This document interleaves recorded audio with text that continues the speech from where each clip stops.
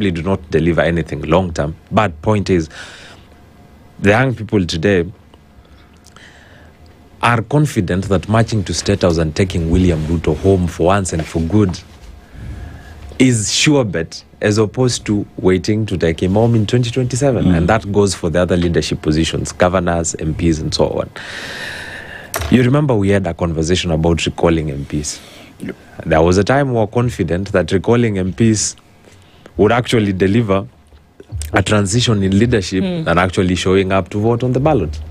Because the culture of stolen ballots in Kenya and in most of these African countries has found its way into our hearts and into our minds. And it has a special place in our hearts. And given that even when we appear to vote, or our parents appeared to have voted for those that appeared to be the best at that particular time, they still don't deliver.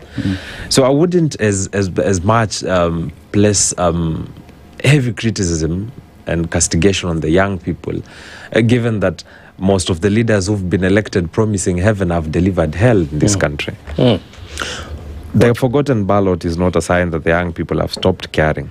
Perhaps it is a sign that many of the young people today have stopped believing in the power of the ballot. To them, they would rather, as I said before, march to State House and have quick fixes to the problems we have than have a ballot. You've had the conversation of dictatorship in this country. It's unfortunate that some young people are thinking about having a benevolent dictator. This conversation is not domiciled to Oburu alone.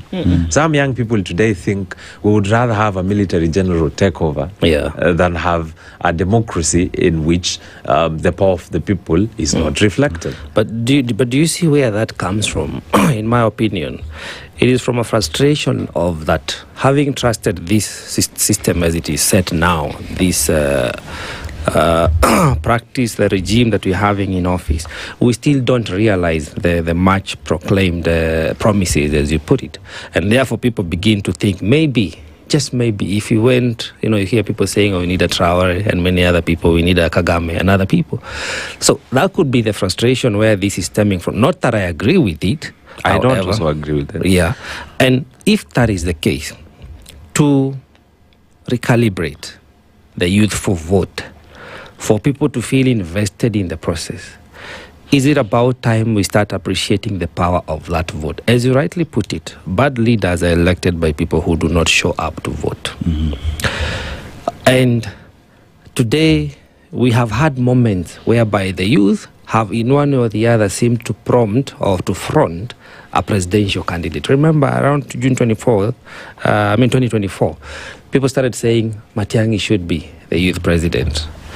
And it was quite a populous affair, but that faded as soon as fast as it came. I don't know whether it is still the first generational thing, fast charger, fast come, fast go. Matiang'i was not our candidate. But he